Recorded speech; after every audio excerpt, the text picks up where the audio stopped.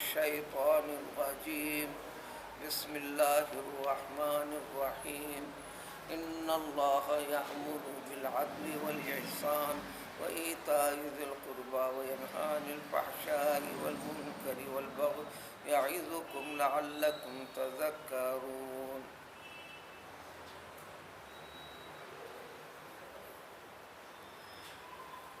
آیت شریفہ سورۃ النحل کی 90 نمبر والی ہے۔ اس آیت سے متعلق کسی قدر تفصیلات کل کی بیٹھک میں وضاحت کی جا چکی ہے، جس کا مختصر خلاصہ تھا یہ آیت شریفہ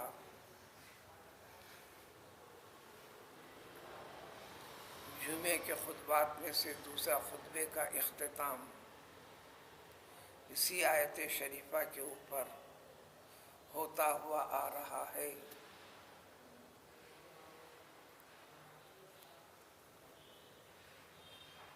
نوّد 91 ہجری 91 ہجری خلافت شروع ہوئی تھی سیدنا عمر بن عبد العزیز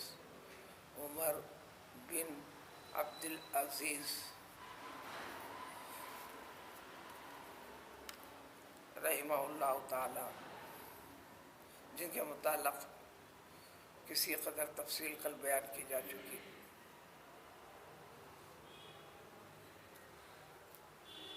یعنی ہجرت النبی صلی اللہ علیہ وسلم سے حساب لگائیں تو کوئی 90 سال کے بعد جمعے کے خطبے کا اختتام جو دوسرا خطبہ ہوتا ہے، اسی آیت شریفہ کے اوپر خطبے کا اختتام، جبکہ خلیفہ نے اس کو شروع کیا تھا اور اس طریقے کو آج تک بھی دنیا کے طول و عرض میں تمام مسلمان جمعے کی نماز میں جمعے کا خطبہ جمعے کی نماز کا حصہ ہے۔ جمعے کا خطبہ سننا جمعے کی نماز کا حصہ ہے، ظہر کی نماز کا متبادل ہے۔ اس لیے جمعے کی نماز کے 2 رکعت نماز ہے تو یوں سمجھے ظہر کی 2 رکعت نماز کا بدل ہے۔ یہ اور بات ہے کوئی شخص خطبے میں حاضر نہ ہو سکا، نہ ہونا یہ غلطی ہے، نہ ہونا یہ دین سے بیزارگی کا اظہار ہے۔ نہ ہو سکا، نماز کے احکام تو یہ ہیں، 4 رکعت والی نماز ہے، اگر کوئی شخص آخر رکعت میں بھی آ کر مل جاتا ہے، بلکہ آخر خادے کے اندر بھی آ کر بیٹھ جاتا ہے، تو امام صاحب کے ساتھ جماعت کے ساتھ پڑھنے کا ثواب اس کو مل جاتا ہے۔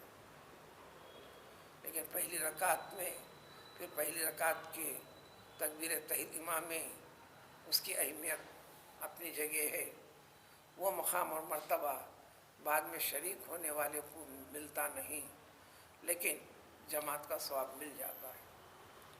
بس قریب اسی طریقے سے نماز جمعہ میں بھی اگر خطبہ چھوٹ جاتا ہے، جماعت میں شریک ہوتا ہے اور آگے بڑھیں، جمعے کی نماز میں دوسری رکعت میں شریک ہوتا ہے اور آگے بڑھیں، جمعے کی نماز میں خادہ چل رہا ہے اس میں شریک ہو جاتا ہے، پھر چھٹی ہوئی رکعتوں کو سلام پھیرنے کے بعد ادا کر لیتا ہے، تو بھی اس کو یہی کہیں گے تو نے جمعہ کی نماز ادا کر لیا ہے، اب دوبارہ ظہر کی نماز لوٹانے کی ضرورت نہیں ہے۔ ایک بات جو بتائی گئی، جمعے کا خطبات کا سننا نماز جمعہ کا حصہ ہے. اس سے اور اندازہ لگا لیا جائے خطبہ جب شروع ہو جاتا ہے کسی سے بات کرنا منع ہے. بات کرنا تو کچھ الگ بات ہوئی. اگر کوئی ایسی حرکت کر رہا ہے خاموش، یہ کہنا بھی لغو قرار دیا گیا، منع ہے. یہ عمل نماز کے ہیں. تو خطبے کا سننا سمجھنا نہ سمجھنا بات کی بات ہے، سمجھ میں آنا ضروری نہیں ہے. بیسوں مساجد مصلیوں کی کثرت کی وجہ سے ہر ایک تک آواز کا پہنچنا دشوار ہے. چلو اسپیکر بھی اس کے اندر وہ اہتمام، بہت بہت کم مقامات ہیں جو ابتدائی مقام سے انتہائی مقام تک الفاظ وضاحت کے ساتھ اس کو سنائی دیتے ہیں، جبکہ وہ عربی میں ہے. ہم اعجمیوں کے لیے شاید اس مجلس میں، اس مسجد کے حاضرین میں کوئی ایک آدھ ہو یا چند ہو، کبھی کم ہو کبھی زیادہ ہو، بلکہ اکثر تو ہوتے بھی نہیں، کہ وہ جو عربی زبان میں خطبہ پڑھا گیا، خطبہ مانے تقریر، خطبہ مانے واعظ و نصیحت،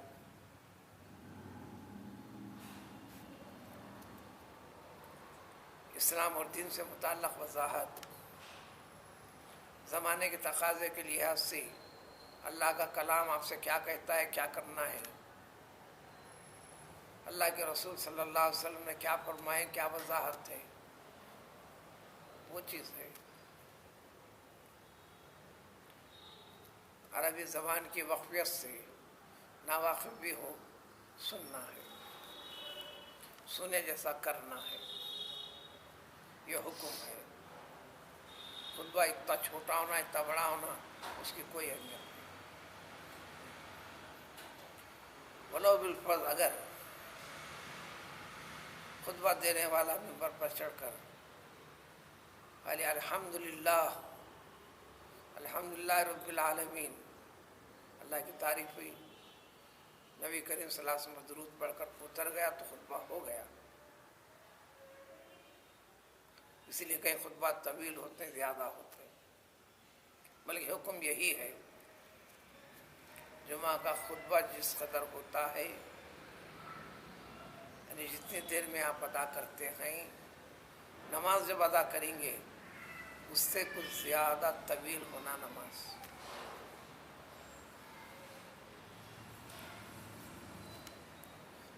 یہاں پر جو بتائی جانے والی بات جس کی وضاحت چل رہی ہے، تو اسلام کے 90 سال کے بعد اس آیت شریفہ کو جمعے کے خطبے کا اختتام عمر ثانی، عمر بن عبدالعزیز، جس کی تفصیل کل بتا دی گئی، دین اور دین اسلام کے قائم اور باقی رکھنے میں، عدل و انصاف میں بے مثال تھے، اس لیے ان کو نام دے دیا گیا.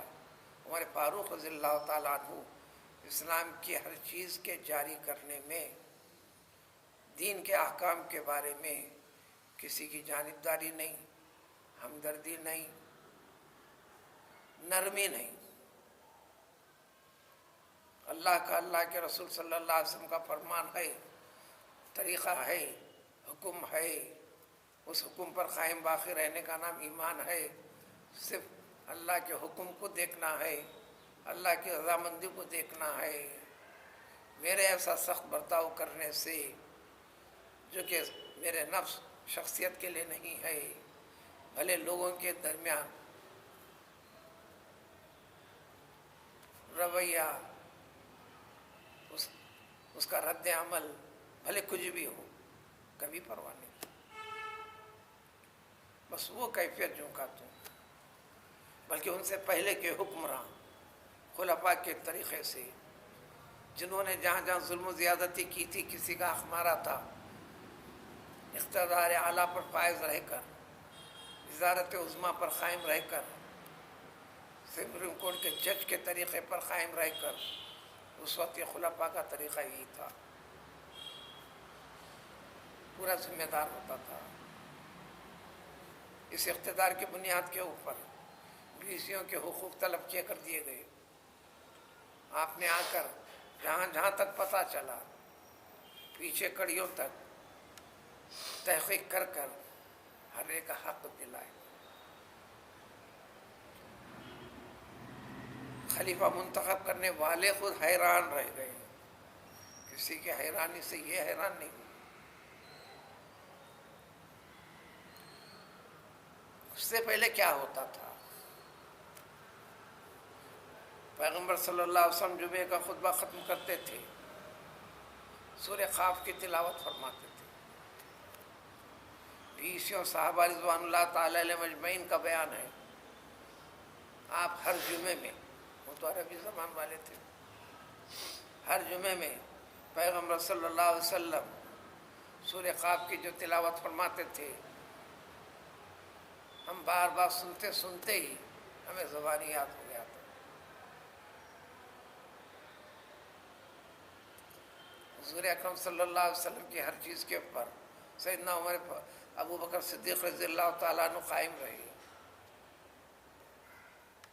سیدنا عمر فاروق رضی اللہ تعالیٰ عنہ کا زمانہ آیا جب وہ نماز پڑھاتے، خلیفہ نماز پڑھاتا، کسی دوسری جگہ نماز ہو رہی تو خلیفہ جس کو اجازت دے وہ نماز پڑھائے گا یا جس کو مقرر کرے۔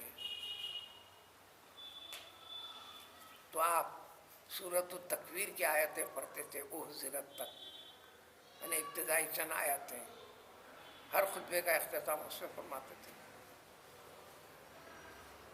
حضرت عثمان غنی رضی اللہ تعالیٰ عنہ تشریف لائے تو زمانے کے اندر جو خرابی تھی اس خرابی کو ملحوظ رکھتے ہوئے انہوں نے جمعے کے خطبے کا اختتام سورہ نساء کی آخری آیت یستفتونک والی آیت کو ہمیشہ پڑھا کرتے تھے۔ یعنی لوگ مال جاگیر جائیداد وراثت والے معاملات کے اندر حق تلفی والے معاملات کا پہلو آگے بڑھنے لگا تھا، اصلاح کے لیے حکم خداوندی کو آیت پڑھا کرتے تھے۔ اب یہ آیت شریفہ سارے کلام پاک میں جو دین اسلام طریقہ ہے، جو احکام دے دیے گئے ہیں کرنے کے، جن چیزوں سے منع کیا گیا ہے، وہ تمام کے تمام چیزوں کو چھوٹی سی 2 سطر والی آیت میں وضاحت اور تفصیل اختصار کے ساتھ ذکر کر دی گئی ہے۔ اس لیے اس آیت کو جامع، یعنی دین کی ہر چیز کو اپنے اندر جمع کر لی ہے۔ اسی وجہ سے اس آیت شریفہ کے اوپر خطبے کا اختتام ہوتا ہے، بار بار یاد دلایا جاتا ہے، جمعے میں شریک ہوتا ہے مسلمان۔ مسلمانی کیا ہے؟ اسلام کے طریقے کے اوپر قائم رہ کر کرتے ہوئے ثبوت پیش کرنا، جو دل میں یقین رکھتا ہے۔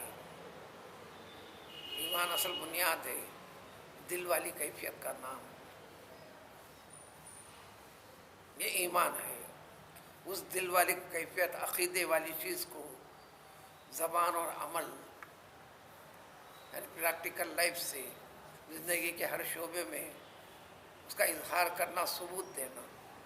اس لیے قرآن نے جگہ جگہ کہہ دیا اِلَّا الَّذِينَ تَابُوا وَأَقَامُوا الصَّلَاةَ وَآتَوُا الزَّكَاةَ، اگر توبہ کیے ہیں، توبہ کرنے کا ثبوت پیش کرنا،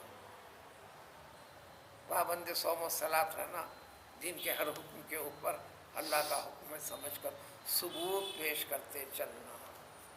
وَالَّذِينَ آمَنُوا وَعَمِلُوا الصَّالِحَاتِ، ایمان کے بعد سارے کے سارے جو طریقے کرنے کے ہیں وہ ثبوت پیش کرتے چلنا۔ تو وہ آپ کا باطن اور ظاہر دونوں ایک ہونا۔ باطل جو عقیدہ رکھتے ہیں، جو فیت ہے، جو یقین ہے، جو ماننے کا اقرار آپ کا اپنے رب کے ساتھ ہے، وہ کیفیت کو اللہ تعالیٰ خوب جانتے ہیں. اس کا مظاہرہ ظاہری طور پر پیش کرنے کے جو طریقے پیش کر دیے گئے ہیں، یہ فرض ہے، یہ واجب ہے، یہ سنت ہے، یہ مستحب ہے، یہ جائز ہے. کرنے کی چیزوں میں اتنے ہیں، نہ کرنے کی چیزوں میں حرام ہے، مکروہ ہے. فرض لازماً چھوڑنے کا اختیار نہیں. اگر انکار کرتا ہے تو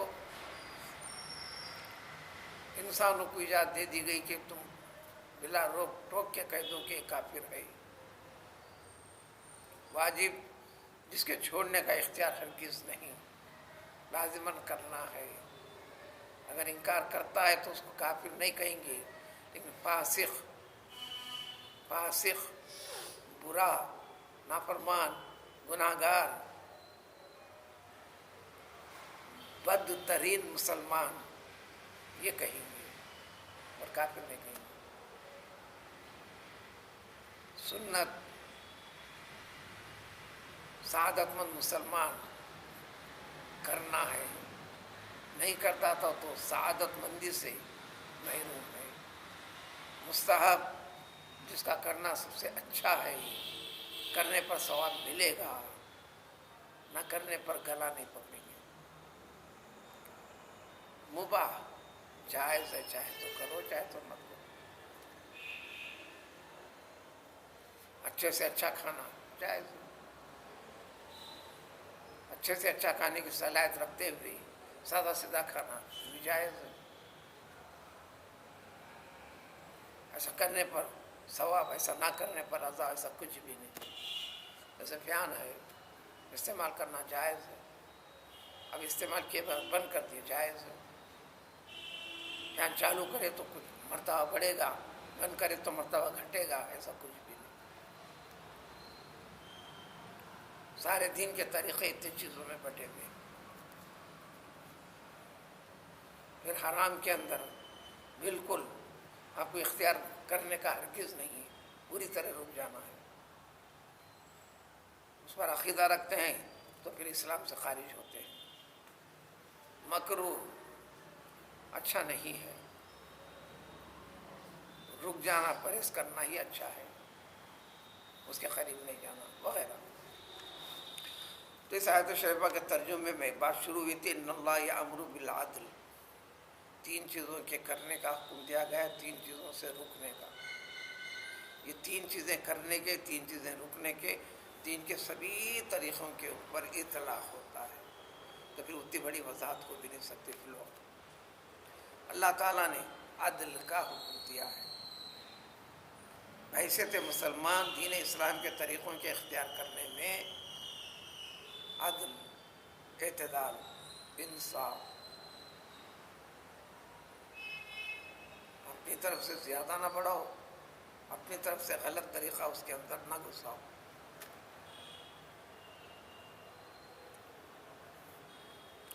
عدل اپنے آپ پر کرو، زیادتی مت کرو. اپنے آپ پر بھی ظلم نہ کرو، گناہ وغیرہ نافرمانیاں کر کر. دوسروں کے اوپر بھی مت کرو.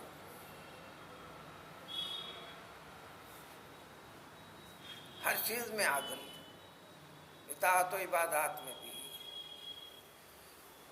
صلی اللہ علیہ وسلم ایک مرتبہ تشریف لے گئے سیدنا عمر فاروق رضی اللہ تعالیٰ عنہ کے پاس.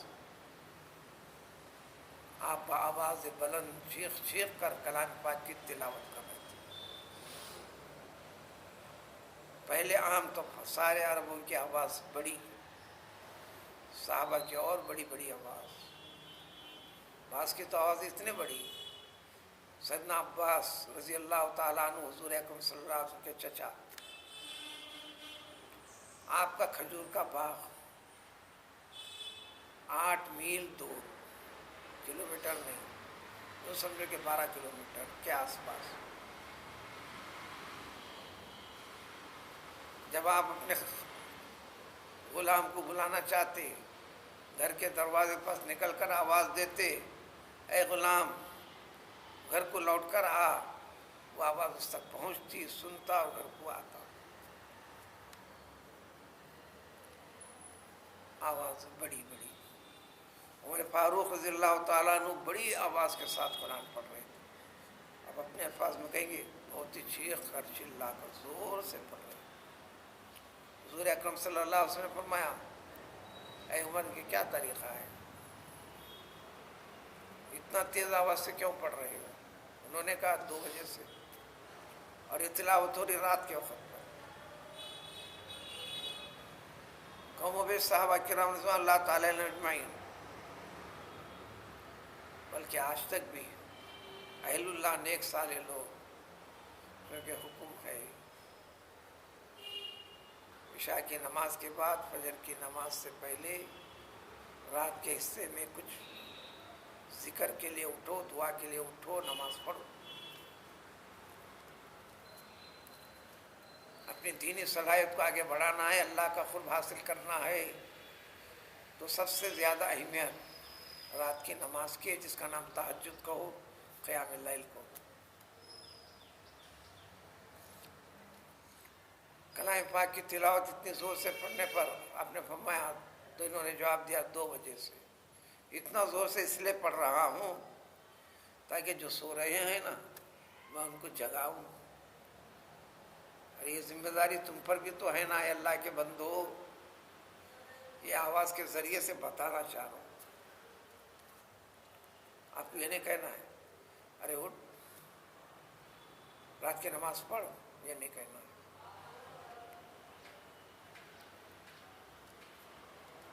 دوسرے, میں اس طرح تیز پڑھ کر شیطان کو بھگانا چاہ رہا ہوں. تو آپ کو اس میں مسئلہ ایک اور پتہ چلا. شیطان کو دور کرنے کا طریقہ کلام پاک کی تلاوت.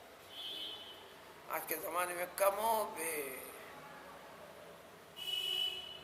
ہر گھر کہہ دیجیے نحوستوں میں مبتلا ہے, عاملین عملیات کے پیچھے پڑتے چل رہے ہیں. جو چیزیں کرنے کے نہ کر کر شیاطین کو بسا رہے ہیں, اس کو بھگانے کے لیے کسی کے ہاتھ پاؤں پڑ رہے ہیں.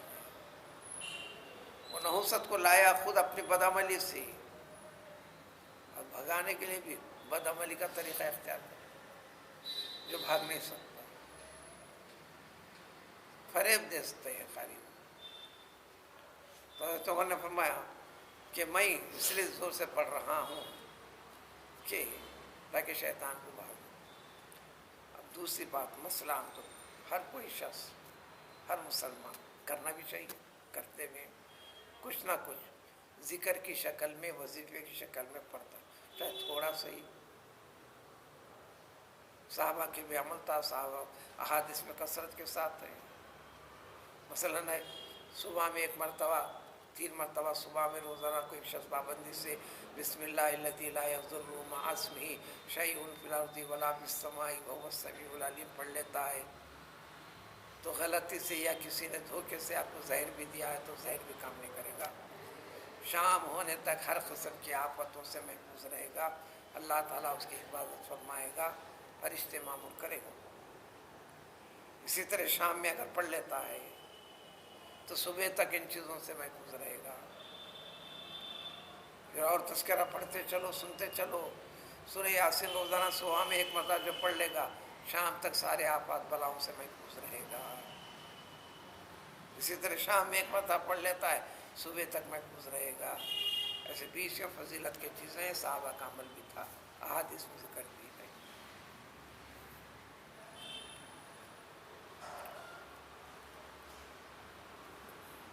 بلکہ وظیفے کے طور پر اسلام نے حکم دے دیا, مسلمان ہے تو اس کا کام, ہر کام,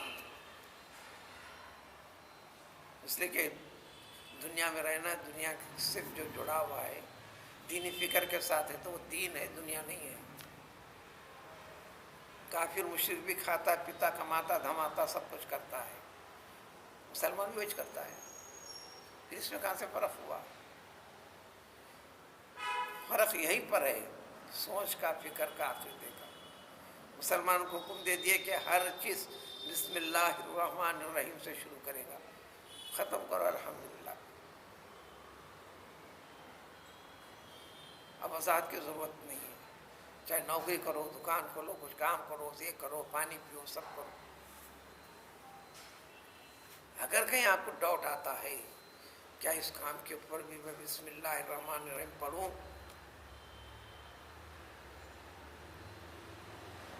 یہ ڈاؤٹ والی چیز حضور صلی اللہ علیہ وسلم فرمایا جہاں یہ تذبذب بے چینی والی کیفیت پیدا ہوگی تو پہلے یہ سمجھ لے کہ یہ گناہ ہے، مت کر،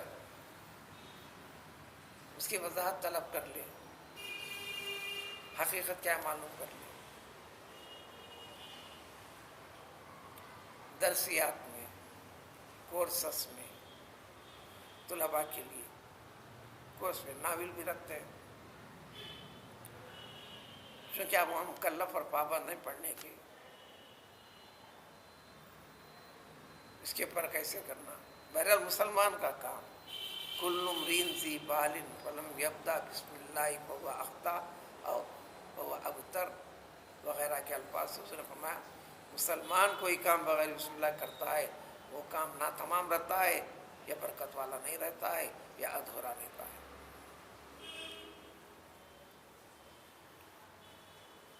ہر چیز کے ساتھ اللہ کو، اللہ کے خیال کو جوڑ دیا، عبادت بن گئی.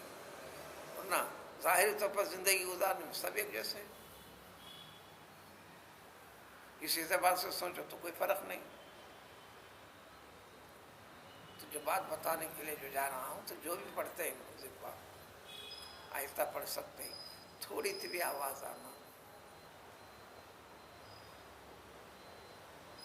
آہستہ پڑھ رہے ہوں ذری بھی آواز آتی ہے، یہ آواز شیطان کو تکلیف پہنچاتی ہے. آپ بری اثر مبتلا ہے تو یہ آواز اس کو تکلیف دینے والی ہے. دل کے اندر اندر کا اندر پڑھ لینے آواز ہلکی سی پڑھنا. حتیٰ کہ سری نماز بھی جو ہے یعنی نہ سنائی دے جیسی ایک نماز جہری ہوتی ہے، زور سے پڑھتے ہیں. ماں باقی جتنے نماز ہیں ہم سنت پڑھتے ہیں، نفل پڑھتے ہیں، کرتے ہیں، وہ سری کہلاتی ہے. تو اس کے اندر بھی مسئلہ یہی ہے کہ سری کا مطلب یہ ہے کہ آپ کو محسوس ہونا کہ میں پڑھ رہا ہوں، آپ کے کان تک ہلکی سی کھس کھس کی آواز کے جیسا آنا، بازو پڑھنے والے کو ڈسٹرب نہیں ہونا. تو چھوٹی بھی آواز ہے، یہ آواز کا ظاہر ہونا آپ کے مصائب کو دور کرنا ہوتا ہے. الغرض عمر فاروق رضی اللہ تعالیٰ فرمایا کہ میں زور سے اس لیے پڑھ رہا ہوں، ایک تو شیطان کو بھگانا ہے، دور کرنا ہے، قریب آنا نہیں. ابھی دوسروں کو جگانا ہے، وہ خود سے جاگنا ہے. رات والی عبادت کو آپ کو جگانا نہیں ہے، وہ خود سے جاگ کر اٹھ کر پڑھنے کی اہمیت ہے. تو آپ صلی اللہ علیہ وسلم نے تاکید فرما دی نہیں کم کرو بس. سیدنا ابو بکر صدیق رضی اللہ تعالیٰ عنہ کے پاس تشریف لے گئے، وہ بھی قرآن کی تلاوت، ہر صحابی قرآن کی تلاوت، ہر صحابی قرآن کی تلاوت. سیدنا عثمان غنی رضی اللہ تعالیٰ عنہ تو روزانہ تمام زندگی رات کی نمازوں میں پورا قرآن پڑھتے تھے. پھر اس کے آگے خلیفہ وزیر اعظم ہوتے ہوئے، سارے کام میں مشغول ہوتے ہوئے روزانہ پورا قرآن کی تلاوت پڑھتے تھے. کثرت کے ساتھ تلاوت سہل ہو جاتا ہے، آسان ہو جاتا ہے، اللہ اس میں برکت دے دیتا ہے. سیدنا ابو بکر صدیق رضی اللہ تعالیٰ عنہ آہستہ، بالکل آہستہ آہستہ پڑھ رہے تھے. حضور صلی اللہ علیہ وسلم نے فرمایا کہ یہ کیا طریقہ ہے؟ تو آپ نے فرمایا میں صرف اللہ کو سنا ہوں، اللہ سے مناجات کروں. آپ نے فرمایا کہ ذریعہ آواز اونچی کرو. قرآن نے بھی حکم دیا سورہ بنی اسرائیل کے آخر میں وَلَا تَجْهَرْ بِصَلَاتِكَ وَلَا تُخَافِتْ بِهَا وَابْتَغِ بَيْنَ ذَلِكَ سَبِيلًا. صلاۃ کو تم بہت زور سے بھی مت کرو، بالکل آہستہ بھی نہیں. نماز میں بھی پڑھو تو بہت زور زور سے چیخ کر گلا بیٹھ رہا، فلاں ہو رہا، ایسا نہیں، اور بالکل آہستہ بھی نہیں. وابتغی بین ذالک سبیلا، اس کے درمیان والا راستہ ڈھونڈو، تلاش کرو۔ اب اس سے مسائل بہت نکلتے ہیں۔ تو اعتدال، ہر چیز میں اعتدال، کھانے پینے میں بھی اعتدال رکھو۔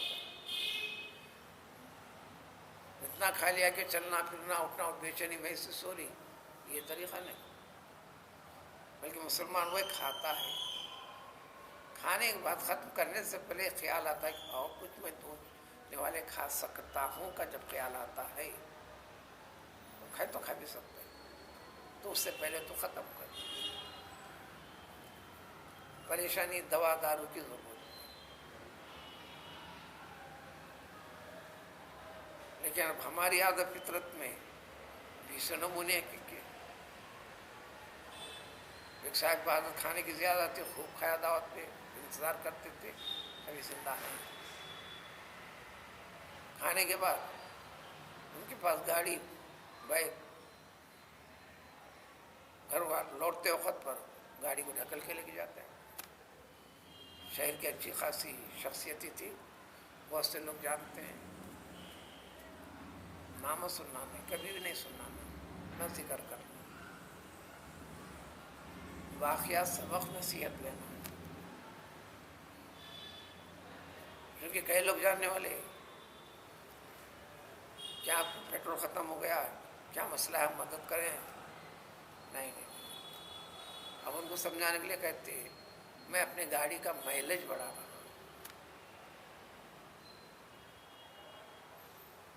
یعنی کم پیٹرول میں میری گاڑی اتنی دور تک چلی ہے، پتہ چلی اس سے جا رہا ہوں، اس سے رپورٹ پلا دیتے۔ کسی کا واقعہ مشہور ہے، اتنا کھا گیا، کھانے کے بعد بے چینی، رات کا وقت پر اہلیات حکمت تدبیر کرتے ہوئے تھوڑی سی اجوان لا کر دیں، پانی لا کر دیں، یہ کھا لیجیے آپ کو راحت ملے گی، انکار کر دیا، ڈانٹنے لگا۔ بڑھتی ہوئی بے چینی کو دیکھ کر پھر دوبارہ لا کر دیں، انکار کر دیا، پھر اور بے چینی بڑھتے گئی۔ پیٹ میں درد 2 طریقے سے ہوتا ہے، خوب کھانے سے بھی ہوتا ہے، کھانا نہیں ملنے سے بھی ہوتا ہے، انتہائی شدت بھوک سے بھی ہوتا ہے، اور بہت زیادہ کھا گئے اس سے بھی ہوتا ہے۔ یہ حقیقت ہے کہ جب تیسری مرتبہ شوہر کی بے چینی کو دیکھ کر پیش کی، ڈانٹتے اس نے کہا نالائق عورت، اگر اتنی اجوان کھا کر گلاس پانی پینے کی گنجائش ہوتی تو میں دعوت میں اور 2 لقمے زیادہ کھا کے آتا تھا۔ خیر جو کرتے کرو۔ اعتدال کا طریقہ اسلام نے ہر چیز میں بتا دیا، ہر چیز کے اندر بتا دیا گیا۔ پھر بعض صحابہ نے آ کر کہا، بلکہ شروع بھی کر دیا، روزانہ سال کے 12 مہینے روزانہ روزہ رکھ لینا، اپنی رات بھر عبادت میں تلاوت میں لگے رہنا۔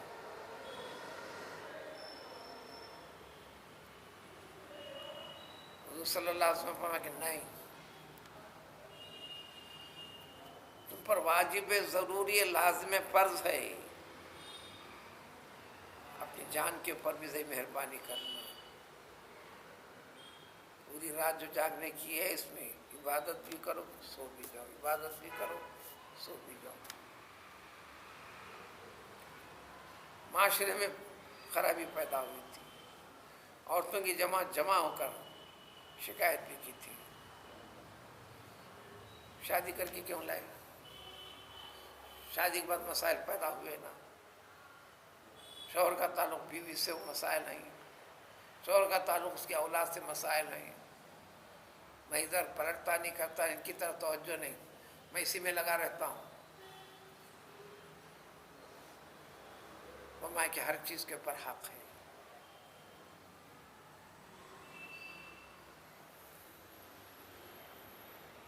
پھر یہ فرمایا کہ تم پوری طرح اس طرح دنیا داری سے، دوست و احباب سے، سب سے ملنے ملانے سے بھی دور ہو کر صرف عبادت میں ذکر میں لگے رہو گے۔ فرمایا کہ نہیں، تمہارے ملاقاتیوں کا بھی حق ہے تمہارے اوپر، یہ وقت اس کے لیے بھی نکالنا، بیوی کے لیے بھی وقت دینا، پھر اس میں لگے رہنا۔ تو دنیا کی کون سی چیز سے منع کی ہے؟ ہر چیز میں اعتدال، عدل پیدا کرو، خرچ میں بھی ایک دم حساب مت کرو، ایک دم بخالت بھی مت کرو، درمیانی راستہ اختیار کرو۔ دوسرا حکم ہے احسان، یہ دین کے ہر حکم کے اوپر۔ عبادت کرو تو اللہ نے فرمایا، اللہ نے سکھایا، صحابہ کی جماعت بیٹھی ہوئی ہے، نبی کریم صلی اللہ علیہ وسلم نصیحت فرما رہے، دین سمجھا رہے۔ اچانک ایک شخص آیا مدینہ طیبہ کے اندر، اگر کوئی شخص آیا تو سب جانتے بھی ہیں کون ہے کیا ہے۔ حضرت عمر فاروق رضی اللہ تعالیٰ عنہ فرماتے کہ ہم سب غور کرنے لگے، یہ یہاں کا تو نہیں ہے۔ کھوج کرنے لگے تو پتہ یہ بھی علامت نظر نہیں آ رہی، کوئی مسافر ہے جیسا بھی۔ اس نے آ کر بے تکلفی کے ساتھ نبی کریم صلی اللہ علیہ وسلم کے بازو بیٹھ گیا، بلکہ اپنا ٹخنا، ران کا حصہ آپ کی ران سے ملا کر اوپر بھی رکھ کے بیٹھ گیا، اتنا قریب چپک کر۔ حیران رہے سب کے سب، یہ جرت، یہ ہمت۔ بآواز بلند سوال کیا، اسلام کیا ہے؟ آپ جواب دیے۔ ایمان کیا ہے؟ آپ بتائیں۔ اسلام کیا ہے جب سوال کیے تو آپ نے جواب دیا۔ پھر وہ شخص تصدیق کرتے ہوئے کہا، بالکل سچ کہتے ہو اے محمد، اسلام اسی کو کہتے ہیں۔ پھر تصدیق بھی کیا۔ پھر اس کے بعد ایمان کس کو کہتے ہیں؟ ساری وضاحت آپ نے فرما دی۔ پھر اس کے بعد تیسرا سوال جو ہوا، احسان کیا ہے؟ جو الاحسان یہاں کن دیے حضور صلی اللہ علیہ وسلم فرمایا، دیکھو عبادت جب اللہ کی کرو تو ایسی کرو کہ تم اللہ تعالیٰ کو دیکھو، پاؤ۔ اگر یہ کیفیت پوری طرح نہیں ہو سکتی، اتنا یقین رکھ لو کہ اللہ تعالیٰ تمہیں دیکھ رہا ہے، تم اللہ کے روبرو ہیں، پوری طرح یہ خیال کر کر نماز پڑھو، کوئی بھی عبادت کرو تو ایسا کرو۔ اس نے کہا کہ ہاں، اور طویل مسائل ہیں۔ سب ہونے پر جب اٹھ کر جانے لگا، دروازے کے حدود دربار ہوتے ہی حضور صلی اللہ علیہ وسلم پوچھا، یہ لوگوں جانتے ہو کون تھا وہ؟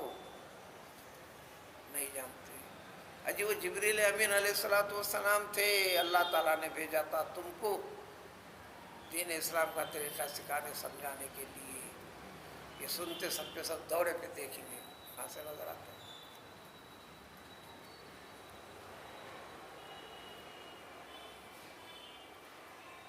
اللہ کو دیکھنے کا مطلب یہ آنکھوں سے نہیں، یہ دل کی آنکھوں سے ایک کیفیت ہوتی محسوس، وہ ساری چیزوں سے اپنے آپ تعلق کو ختم کرنا۔